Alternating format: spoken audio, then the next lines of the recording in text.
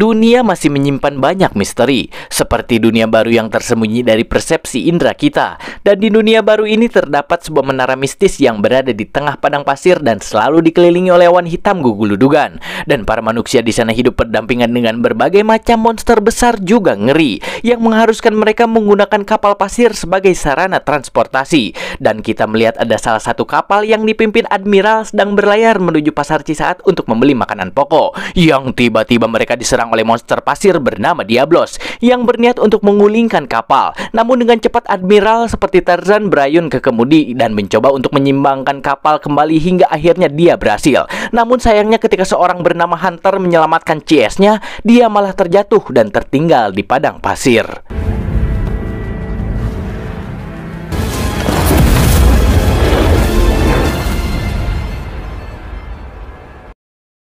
Di dunia kita, kapten bernama Natalie bukan holster dan tim keamanannya yaitu Likon, Das, Shelter, dan X ditugaskan untuk mencari tentara yang hilang secara misterius di gurun. Dan satu-satunya petunjuk mereka ialah VN minta tolong dan jejak ban mobil yang tiba-tiba berhenti seperti mobil tersebut ditelan oleh bumi. Mereka juga menemukan batu penanda misterius dengan simbol yang mereka tidak mengerti, yang seketika badai gelap ujuk-ujuk cerot di hadapan mereka, membuat para mereka melajukan kendaraannya dengan kecepatan penuh untuk menjauhi badai yang mengeluarkan kilat dan menghantam semua simbol penanda hingga membuatnya menyala. Dan mau mobil digas sampai punggung encok pun mereka tetap tertelan oleh badai. Dan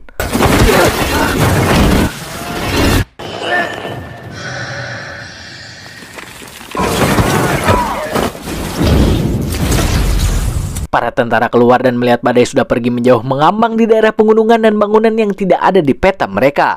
Dan gurun yang mereka lihat ini penuh dengan bukit pasir yang seharusnya bukit terdekat berjarak 20 km.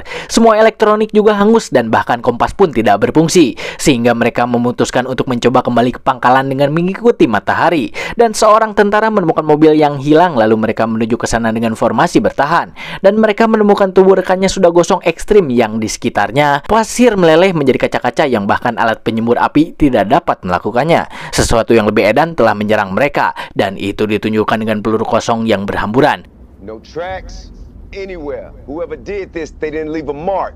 Tim kembali ke mobil dan meninggalkan area yang tanpa mereka sadari Hunter dengan teropong miliknya sedang mengawasi mereka, yang kini berhenti dan cengok melihat sesuatu yang sangat menakjubkan, yaitu kerangka hewan raksasa yang bahkan lebih besar dari dinosaurus. Hunter lalu mengambil panah dan menembakkannya ke kerangka itu, dan tentara merespon dan menembakinya juga. Namun ketika Natalie hanya mendapatkan kapur merah, dia memerintahkan pasukannya untuk berhenti dan beranggapan bahwa serangan ini adalah serangan peringatan, yang seketika monster bernama Diablos muncul dari dalam pasir.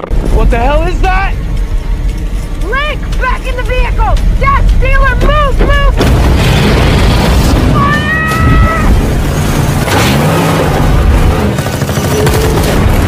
Dan tembakan pun seakan tidak terasa oleh Diablos, yang sekarang dia semakin dekat dan menanduk salah satu mobil hingga membuatnya terpental dan membunuh pula si pengemudi.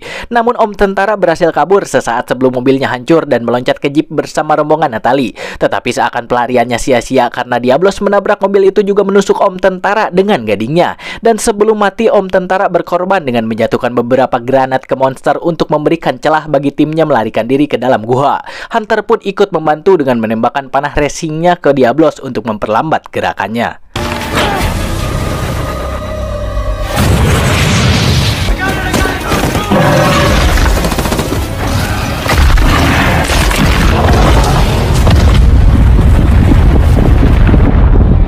Akhirnya mereka selamat dan Nas mulai panik dengan situasi yang sangat edan bin eling ini.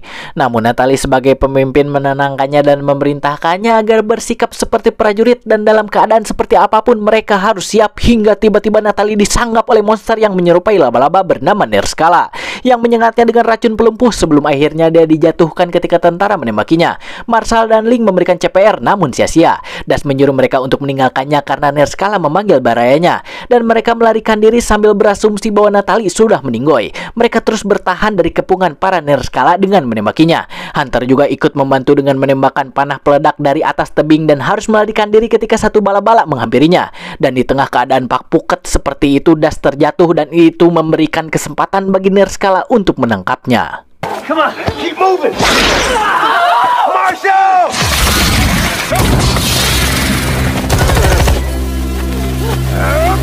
Natalie terbangun tetapi dia masih merasa pusing dan hanya bisa mendengar suara rekannya jejeritan dari luar. Tetapi dia pingsan kembali ketika Nerskala menyuntikkan racunnya. Dan beberapa saat kemudian Natalie terbangun kembali dan dia sudah berada di dalam kepompong milik Nerskala. Dan untungnya Natalie berhasil menyobeknya dengan tangannya. Dan ketika sudah terbebas dia menyadari bahwa dia ada di sarang Nerskala yang dipenuhi tulang, juga Das dan Marshall yang sudah meninggoy. Lalu dia berjalan dengan bindeng yang menyelimuti kepalanya untuk mengambil 2 suar dan kaleng oksigen dan beberapa pak peluru yang berada di tas rekannya. Lalu dia menyalakan suar untuk menyusuri lorong yang terbuat dari jaring laba-laba hingga door.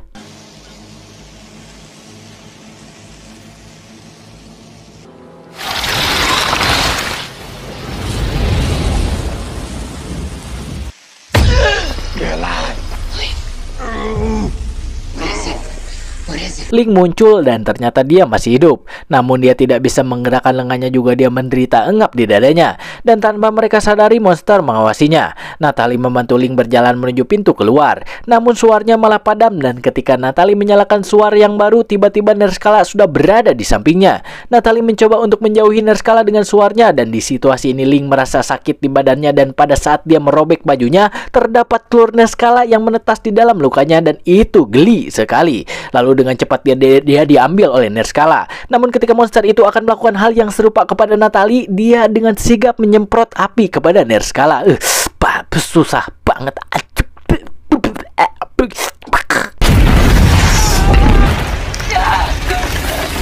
Natalie mulai memanjat keluar dan ketika sudah mencapai pucuk, bala-bala meraih kakinya dan menariknya kembali sehingga Natalie melemparkan peluru yang meledak ketika tersunut api dan dia berhasil terselamatkan dan keluar dari gua itu. Dan untungnya para bala-bala itu alergi terhadap sinar matahari yang mencegahnya untuk menguap Natalie. Dan setelah membuka bajunya karena ngarui, dia memotong pelor yang ditemukannya di tanah lalu menuangkan bubuk mesiunya ke lukanya yang berada di pergelangan kakinya dan dia memukul 2 batu secara bersamaan untuk menciptakan percikan dan menyalakan bubuk mesiu itu untuk mengeringkan lukanya.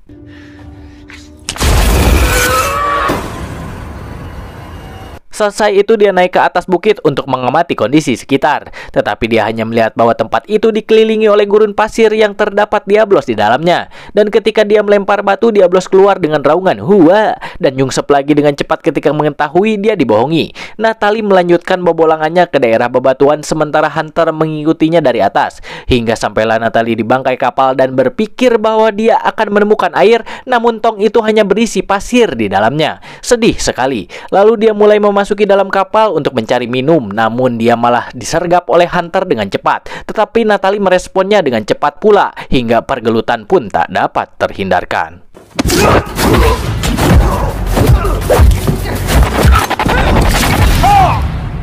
Walaupun terkena luka tusuk di bahunya, Hunter mampu mengalahkan Natalie dan memenangkan pertarungan. Lalu dia mengikat Natalie dan membawanya ke sarang guanya dan menyuruhnya untuk berjalan lebih cepat sebelum matahari terbenam karena para bala-bala akan bermunculan. Natalie terjatuh ke tanah lalu dia mengambil sebuah kaca tanpa disadari oleh Hunter. Dan sesampainya di gua, Hunter meminum air dari alat khusus yang dia buat dan memakan lumut dari bebatuan hingga membuat Natalie kepingin, tetapi Hunter tidak berbagi dengannya dan malah menyuruhnya untuk jangan berisik karena bala-bala berada di luar sedang menggali untuk membuat jalan. Lalu pemburu mengobati luka tusuk dengan serbuk khusus dan lantas berdoa kedua patung kecil yang selalu dia bawa, tanpa menyadari bahwa Natalie hanya berpura-pura bobo dan berusaha memotong tali di pergelangan tangannya dengan pecahan kaca. Keesokan harinya Hunter keluar untuk memeriksa keadaan dan ketika dia kembali, Natalie sudah tidak ada di posisi. Yang langsung Natalie memukul kepala Hunter dari belakang untuk memberikan perlakuan yang dialami olehnya. Setelah Natalie mengikatnya, dia mencoba untuk meminum air milik Hunter. Tetapi Hunter menendang alat itu sehingga Natalie tidak jadi untuk minum. Dan karena bahasa yang berbeda, mereka sulit untuk berkomunikasi. Jadi Natalie dengan senyum jahatnya menghancurkan altar yang membuat Hunter marah dan bergelut teriak kembalilah mereka. Hingga membuat mereka bergelinding ke bawah dan Hunter masuk ke sarang barudak laba-laba. Dan pada saat dia akan dihag, Natalie menariknya kembali keluar lubang itu. Lalu Natalie memotong talinya dan memberitahu bahwa dia bukanlah musuh. Dan dia menawari Hunter coklat sebagai alat perdamaian. Chocolate. Chocolate. Hunter suka dengan coklat itu, dan dia memberikan kantong berisi air kepada Natalie untuk ucapan terima kasihnya. Lalu mereka mulai berjalan ke area bukit, yang di sana mereka dapat berkomunikasi sedikit walaupun ae juga. Yang intinya Natalia ingin mengalahkan Diablos menggunakan senjata bazooka yang berada di mobil militernya. Tetapi Hunter tidak setuju, terlalu beresiko ke sana. Lalu dia mengajak Natalie ke sarang laba-laba dan dia menyarankan untuk membunuhnya dan mengambil racunnya. Dan mereka dapat menggunakannya untuk mengalahkan Diablos, yang lantas disetujui oleh Natalie karena membunuh monster harus dengan monster juga. To kill a monster, you need a monster. What? Dengan terpaksa, Natalie menjadi umpan untuk membunuh sang monster. Dan dia berdiri di tengah bebatuan sambil menunggu matahari yang sebentar lagi terbenam. Dia juga menyanyikan lagu tentara untuk menarik perhatian monster bala-bala, dan itu berhasil. Seekor Nerskala muncul, lalu Natalie berlari ke arah jebakan yang telah mereka buat dengan Hunter hingga membuat kaki Nerskala terikat. Dan dengan cepat Hunter melompat untuk memotong kepalanya menjadi dua. Lalu Hunter memotong sengatannya dan langsung diambil oleh Natalie. Lalu mereka berlari ke markas gua untuk menghindari para barudak laba-laba yang sebentar lagi akan menerjang.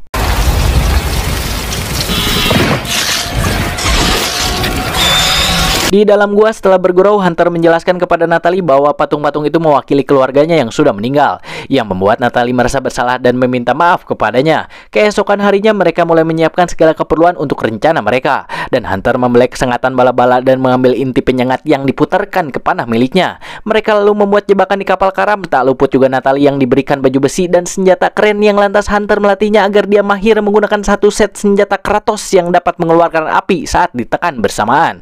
Hingga akhirnya Waktos pun tiba. Mereka melepaskan ketapel yang melontarkan tong yang mendarat ke bukit pasir untuk memancing Diablos keluar dari sarangnya.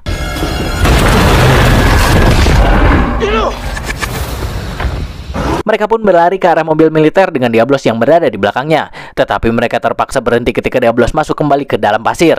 Dan Hunter memutuskan untuk menjadi umpan sementara Natalie pergi untuk mengambil senjata. Tetapi selama dalam sprintnya, dia tidak sengaja menjatuhkan kantong patung keluarganya dan Hunter bergegas mengambilnya, yang lantas Diablos muncul di hadapannya dan menghempaskan Hunter hingga terjatuh. Dan tanpa membuang waktu, dia menggunakan panah berbisanya untuk menembak Diablos tepat di matanya. Tentu Diablos makin tambah mengamuk, yang lantas dia akan menyeruduk Hunter, tetapi Natalie mengalihkan perhatiannya dengan menembakinya menggunakan brendel mobil. Dan racun juga mulai membuat Diablos kepusingan, tetapi itu masih belum cukup untuk membunuhnya, sehingga dia mulai berlari ke arah mobil, yang di sana Natalie masuk ke mobil untuk mengurangi damage serudukannya. Setelah terpental, Natalie keluar dari dalam mobil dan melihat Diablos sedang menghampirinya. Hunter tidak membuang waktu dan melompat ke atas kepalanya untuk menusukkan pedang miliknya. Namun itu masih belum cukup untuk membunuhnya. Beliau ini sangat kuat, dan malah Hunter dihempas hingga terbentur dengan mobil. Natalie lalu berlari ke arah Diablos lalu menembakkan kailnya untuk mencapai pedang Hunter. Lalu dia mendorong pedang itu dan menyelesaikan apa yang Hunter mulai, dan akhirnya mati jugalah si beliau ini.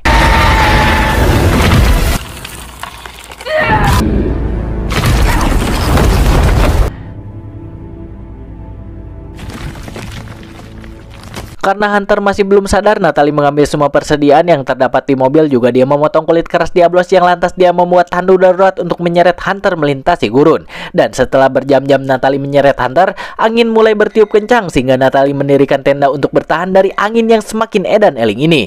Natalie juga menggunakan perlengkapan tentara darurat untuk menjaga jantung Hunter agar tetap berduktak-duktakan. Hingga akhirnya badai pergi meninggalkan mereka yang terkubur di pasir. Tetapi berkat tenda mereka berhasil selamat. Lalu mereka mulai berjalan kembali dan menemukan sebuah oasis, sehingga mereka memutuskan untuk beristirahat sejenak. Dan area tersebut dihuni oleh hewan bernama Obseros, yang menurut si Hunter, Obseros adalah pemakan tumbuhan, jadi mereka tidak perlu takut dicaplok olehnya. Namun ketika Natalie mendekati air untuk minum, monster lain yang bernama Caphelus muncul untuk mencaploknya. Tetapi dengan cepat Hunter berhasil membunuhnya, lalu dia memanggang monster tersebut untuk dimakan tentunya.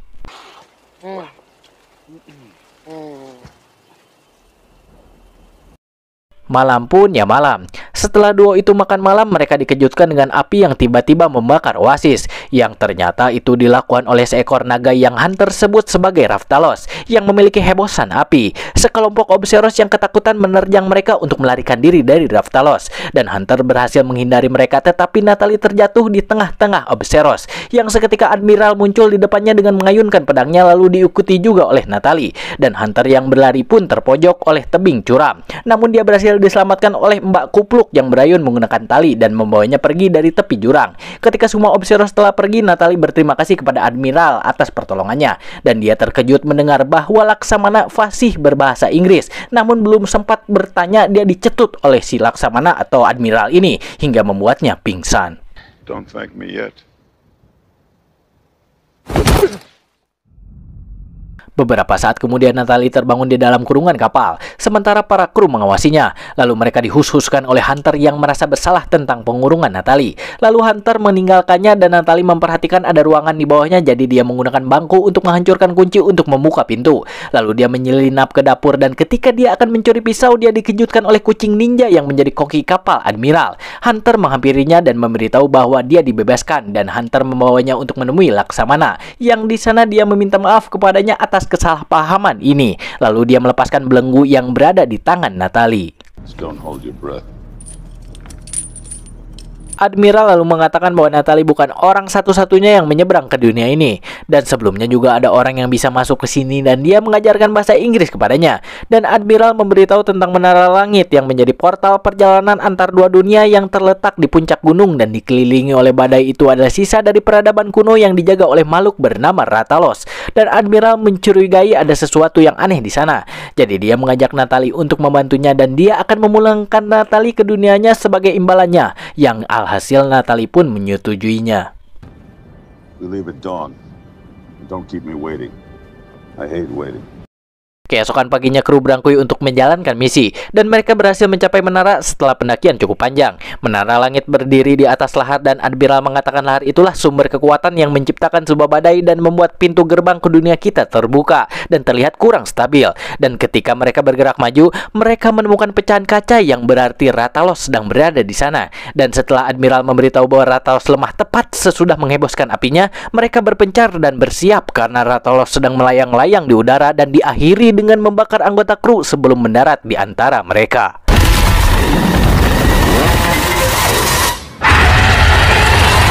Ratalos selalu menghembuskan apinya kembali ke menara Admiral. Dia pun menyerangnya, yang diikuti juga dengan Hunter dan Natalie menggunakan senjata mereka yang terbakar untuk dapat mengalahkan Ratalos. Anggota kru lainnya mencoba untuk membantu, tetapi Dragon itu mendorong mereka semua. Sementara menara mulai menyalakan penanda khusus di sekitar yang persis seperti apa yang pernah Natalie lihat di dunianya. Mereka berhasil mendaratkan beberapa serangan, namun itu belum cukup untuk menjatuhkan si Raja Hebos ini. Yang lantas dia mengejar Natalis dan menyemburkan apinya, yang membuat Natalis terpaksa terjun ke portal dan mendarat kembali ke dunianya.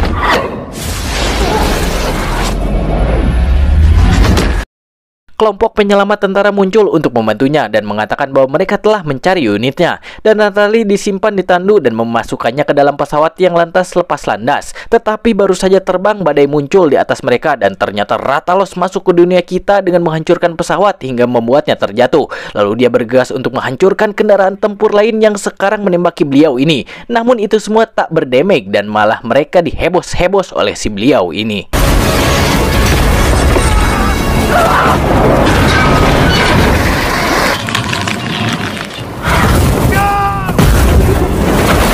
Natalie yang berhasil selamat melihat kepaciwahan itu, dan dengan cepat dia membuat sebuah rencana dengan mengambil dua suar yang berada di pesawat yang rusak. Dia berlari menuju Raja Hebos dan menembakkan kailnya, lalu menusuk sayapnya dengan pisau dan menyeretnya ke bawah. Tentu si Hebos sangat marah dengan hal tersebut, dan ketika Ratalos akan menyemburkan api kepadanya, Natalie menggunakan kesempatan itu untuk menyalakan suar dan menembakarnya hingga tangannya juga ikut terbelam, lalu melemparkannya ke mulut si Raja Hebos yang lantas membuatnya terbakar.